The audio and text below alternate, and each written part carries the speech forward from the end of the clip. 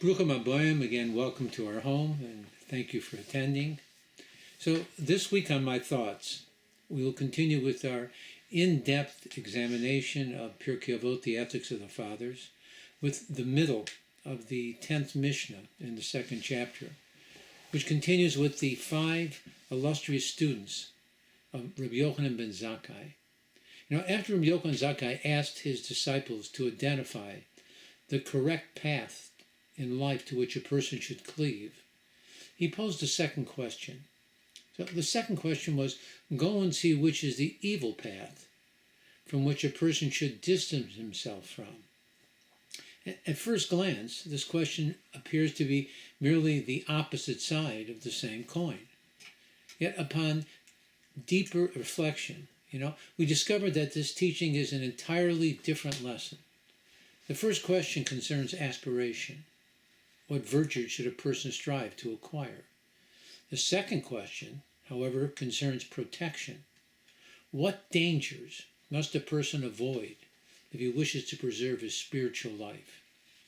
A wise builder does not merely construct a beautiful house.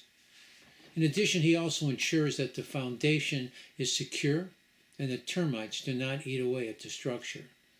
Likewise, a person must not only pursue goodness in his life, but he must also recognize the forces that slowly undermine the soul. Rabbi Yochanan ben Zakkai understood that many people do not fall because they lack virtues. They fall because they fail to recognize the subtle weaknesses that gradually erode those virtues. Each of his 5 disciples offered an answer to this question, and each answer reveals a different doorway through which spiritual destruction can enter into a person's life. Rabbi Eliezer answered that it was an evil path, which is an evil eye. Most people assume that an evil eye means jealousy, but the concept reaches much deeper. An evil eye is the inability to appreciate the blessings that God Almighty has given us because we are overly preoccupied with the blessings that He has given to someone else. Such a person lives in a state of perpetual dissatisfaction. No matter how much he acquires, somehow, someone else always seems to have more. No matter how successful he becomes, another person appears to be even more successful. The tragedy of jealousy is that it robs a person of his own happiness. The jealous man may possess wealth, family, health, and wisdom, but he cannot enjoy any of it because his eyes are constantly fixed upon another person's portion and not on his own. The Hasidic masters explain that jealousy is ultimately a challenge to divine providence. When we resent another person's blessings, we are subtly questioning God's wisdom in distributing those blessings. A good eye, on the other hand, recognizes that every soul receives exactly what it needs to fulfill its mission in this world. Such a person can generally rejoice in the success of others because he trusts that God Almighty has not forgotten him. Rabbi Yeshua answers that the evil path is an evil friend. Well, this teaching highlights one of the most powerful truths about human nature. We become like the people with whom we spend most of our time. The influence of friendship is so profound that it often shapes our character more so than our conscious decisions. We imagine ourselves to be independent thinkers, yet somehow, over time, we absorb the values, attitudes, and habits of those that are around us. Peer pressure. An evil friend rarely appears dangerous. Often, he's charming, entertaining, and enjoyable to be around. The danger lies not in his personality, but in his influence. Little by little, he lowers our standards, weakens our convictions, and normalizes behavior that once seemed totally unacceptable. The Yetzer Hara understands that direct attacks more often than not fail, but influence through friendship can often succeed. Therefore, choosing friends is among one of the most important spiritual decisions a person ever makes. A true friend does not merely accompany us through life, he elevates us towards heaven. Rabbi Yossi taught that the evil path is an evil neighbor. But unlike friends, neighbors are often not chosen. We may find ourselves living among people whose values differ dramatically from our own. The Torah repeatedly emphasizes the power of environment because surroundings inevitably influence behavior. The atmosphere in which we live leaves its imprint upon the minds and upon our souls. The concept of a neighbor extends beyond geography. Today our neighbors include the voices and images that we allow into our homes, the books that we read, the entertainment that we consume, the conversations that we encourage, and the internet sites that we visit. Every influence becomes a form of companionship. A person's spiritual environment either strengthens his connection to holiness or weakens it. The wise individual, therefore, pays careful attention not only to who he is, but to what he surrounds himself with. Reb Shimon gave what appears to be an unusual answer. He said that the evil path in life is one who borrows and does not pay. Now, at first glance, this seems to be address financial responsibility. Reb Shimon is pointing towards a much larger truth. The Mishnah continues by teaching that whether one borrows from God or whether one borrows from man, the obligation to repay remains the same. In reality, every blessing we possess is a loan from heaven.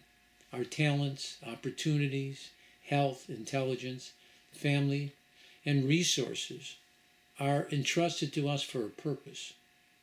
The righteous person understands that life itself is a gift for which he bears responsibility.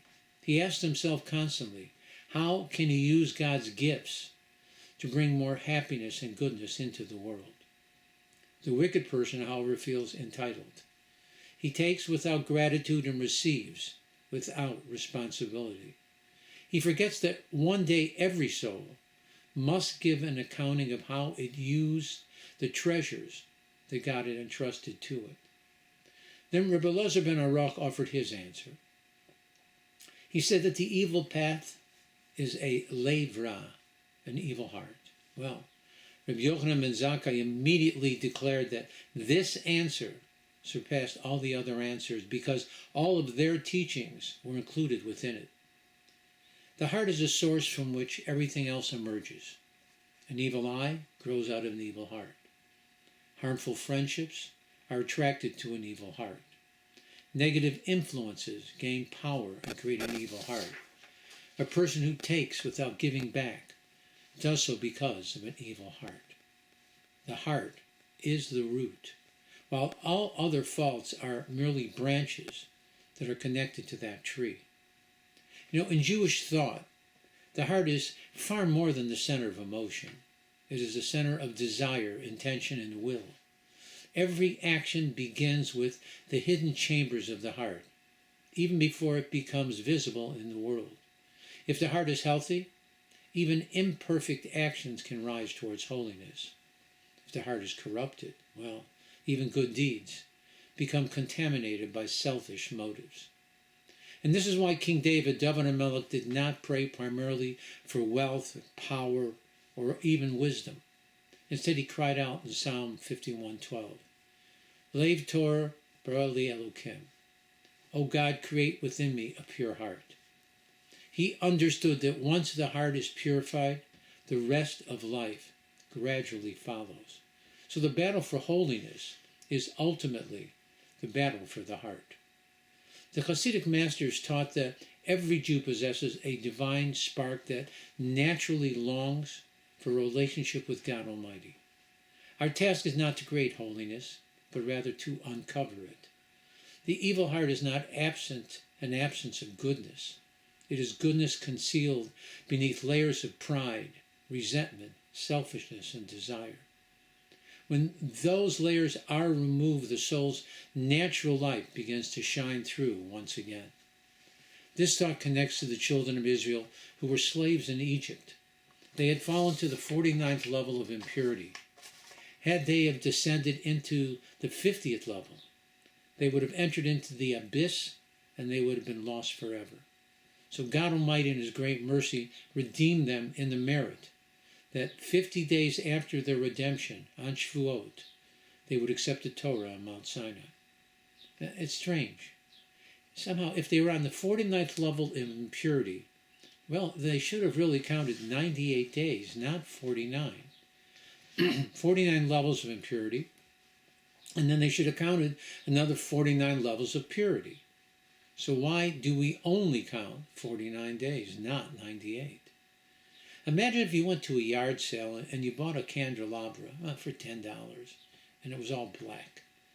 Then when you take it home, you remove the dross and you realize that it's silver and it shines. What did you do to make it shine? Nothing. You just remove the dross. And silver, by its very nature, shines. So too a Jew. By his very nature, he shines. Our job is only to remove the dross that tarnishes his soul, and then the godly soul will naturally shine through. I would like to conclude with an inspirational story. There once lived a wealthy landowner who possessed 2 magnificent gardens. One garden was famous throughout the region. Visitors traveled from great distances to admire its colorful flowers, towering fruit trees, and fragrant pathways. The second garden, though equally as large, was neglected and overgrown with weeds. One day the landowner summoned his young apprentice and he asked him a question. "Tell me," he said, "why is one garden flourishing while the other is dying?" Well, the apprentice examined both gardens carefully. He inspected the flowers, measured the trees, and studied the irrigation channels. Finally, he answered, "The flourishing garden receives more water." Well, the master shook his head. Well, the apprentice thought again. "The flourishing garden receives more sunlight." Again, the master shook his head. Finally, after several more unsuccessful attempts, the apprentice just admitted defeat. The old gardener smiled and led him to the center of each garden. Then he knelt down and he dug into the soil. "Look closely," he said. In the flourishing garden, the soil was rich, soft, and fertile. In the neglected garden, the soil had become hard and filled with stones. The difference, the master explained, is not in the flowers, it's not in the trees, it's not even the water or the sunlight. The difference lies in the soil. Everything grows according to the condition of its roots. Years later, the apprentice became a great teacher. Whenever people came to him seeking advice, he would tell them the lesson of the 2 gardens. He would say, "If your words are harsh, do not begin with your tongue. Examine your heart. If your relationships are failing, do not begin with your neighbors. Examine your heart. If jealousy consumes you, do not begin with another person's success. Examine your heart." Then he would conclude, "The soul is like a garden. Most people spend their lives trimming leaves and pruning branches. The wise person tends to the soil. When the soil is healthy, the flowers will bloom on their own." And this is precisely what Rabbi Yochanan ben Zakkai wished to teach his disciples. A good life is not built merely by fixing outward behaviors. It is built by cultivating the heart. For when the heart belongs to God, every thought, every word, and every deed gradually blossoms into something alive and beautiful. And perhaps this is why Shlomo Melech, King Solomon, wrote in Mishnah, in Proverbs, "Guard your heart above all else, for from it flows the issues of life." Everything begins there. The eye sees what the heart values. The mouth speaks what the heart contains. The hands perform what the heart desires. So bottom line, Rabbi Yochanan Zakkai teaches us a profound lesson. If we wish to transform our lives, we must not focus only on our external behavior.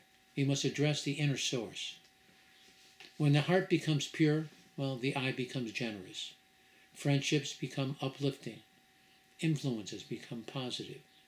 Actions become holy. Everything follows the direction of the heart. Guard the heart, and the entire person is guarded. Purify the heart, and the entire life becomes purified. For all roads, whether towards holiness or away from it, ultimately pass through the heart. And this is why it states in the last paragraph of the Shema Yisrael, V'lo sosur acharei lebavchem v'acharei einechem.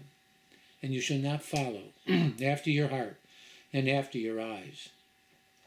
Somehow, all desires begin in the heart. Well, I hope you found this lecture interesting and informative. May God Almighty bless you and yours with strength and wisdom to follow the advice of the sages. Next week, God willing, we'll continue with the final portion of the 10th Mishnah in the second chapter. Again, let us all continue to pray for a swift and complete victorious end to the war in the Middle East with the total annihilation of Iran and all of her proxies. Let us celebrate the return of all the hostages. May God Almighty cure the sick and injured, comfort all the mourners, and return home all the brave IDF soldiers led by Mashiach Tzidkenu quickly, and let it be in our time. Again, let me thank you again for attending. Again, God should bless you and yours with all this good happiness, health, and safety. Please make sure that you push the like button. And if you haven't, please, again, subscribe and share. Again, it's a time in the world where people are looking for spirituality. It's a crazy world. And we need something solid to hold on to. That's what this is. God created a world in a way for us to be able to look into this great book that He's given us to find our direction. God should bless you that you should find it. Have a good Shabbos. God bless you. Be well. And thanks for attending.